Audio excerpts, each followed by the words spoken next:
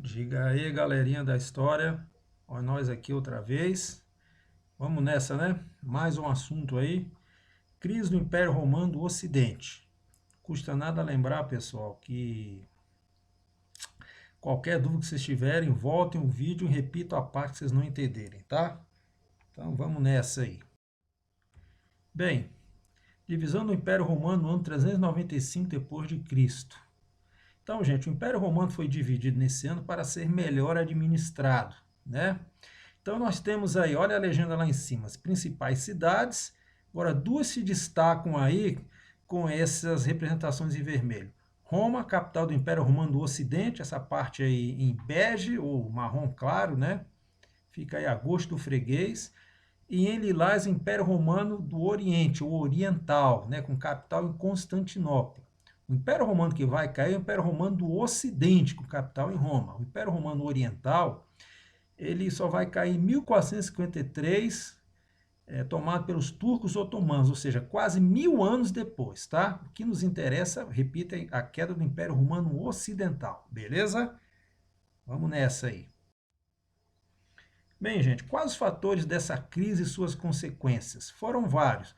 Nós vamos nos concentrar no fator, digamos assim, econômico, social e político, né? Principalmente no fator econômico-social, que é a crise do escravismo romano. Então vamos lá. Primeiro tópico lá em cima. Pax Romana. O que quer dizer Pax Romana? Quer dizer paz romana.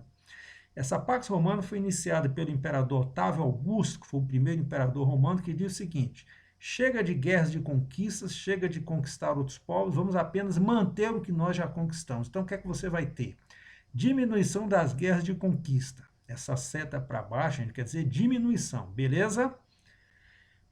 Próximo tópico. Como os escravos vinham dos prisioneiros de guerra conquistados, né? Então, você vai ter o quê? Diminuição dos escravos. Consequentemente, você vai ter o quê? Diminuição da mão de obra escrava, tá? Como a mão de obra escrava era a base da mão de obra do Império Romano Ocidental, veja bem, havia mão de obra livre, mas a base da mão de obra do Império Romano Ocidental era a mão de obra escrava. Então isso vai começar a gerar alguns problemas. Se você tem menos escravos, menos trabalhadores para trabalhar nas lavouras, nas minas, em outros tipos de trabalho, você vai ter uma diminuição da oferta dos produtos, né? Principalmente nas cidades, né? E aí isso vai gerar um problema. Você vai ter aumento dos preços. Quando você diminui a oferta de uns produtos, o que, é que acontece com aquele produto? Tanto hoje como na época, o preço dele sobe. Olha lá, setinha para cima. Se setinha para baixo quer dizer diminuição, setinha para cima quer dizer aumento. E quando você aumenta os preços, você vai ter inflação. Em outras palavras, o preço das mercadorias está subindo mais do que o valor do dinheiro, né? Quem é trabalhador sabe que isso não é bom, né? O seu salário não acompanha o aumento dos preços. Então, gente, o que é que você vai ter, né? Toda setinha, quando ela estiver para a direita, a gente quer dizer o seguinte: tem como consequência o que vem a seguir, tá? Então, o que é que você vai ter? Com a inflação, aumento do custo de vida nas cidades. O custo de vida vai ficar muito alto, então você vai ter o quê? Pouco uso de dinheiro. Por que pouco uso de dinheiro? O dinheiro vai começar a perder o valor, né? Ele, não é que ele vai deixar de ser usado, mas o seu uso não vai ter, não vai se tornar constante porque os preços vão subir muito. Então a vida na cidade vai se tornar muito cara.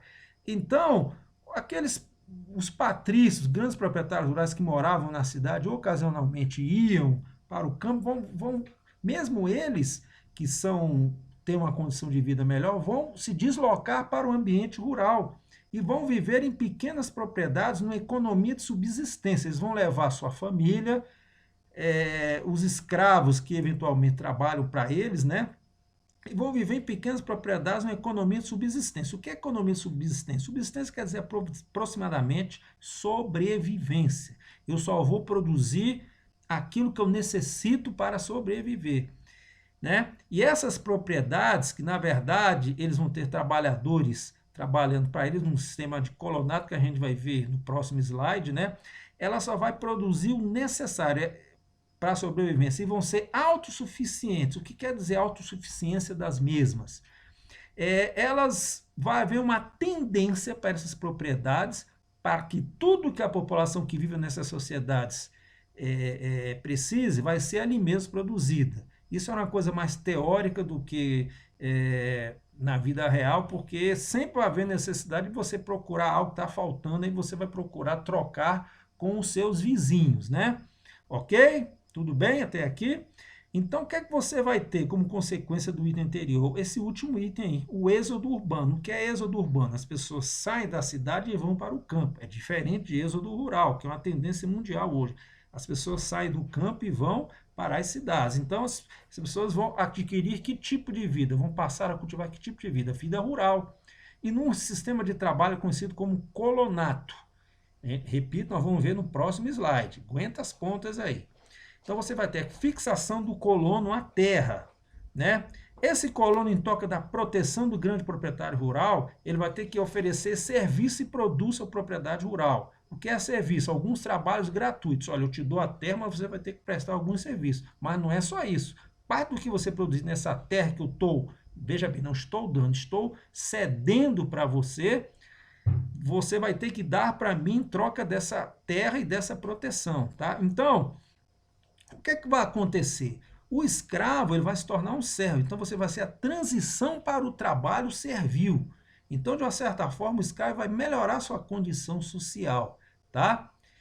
E o trabalhador livre, ele vai se contentar em ser um servo porque ele vai ter a proteção militar desse proprietário rural. Então, assim, teoricamente, você vai ter uma melhoria da condição de trabalho do escravo, que vai melhorar sua condição social, vai ser um servo, na verdade vai ser um regime de semi-escravidão, menos pior do que a escravidão, e do trabalhador livre, que, entre aspas, teoricamente vai piorar sua condição social, mas pelo menos vai ter aquela proteção militar, pelo menos uma proteção teórica ou ilusória do grande proprietário rural. Tá? Então você vai ter uma ruralização da vida.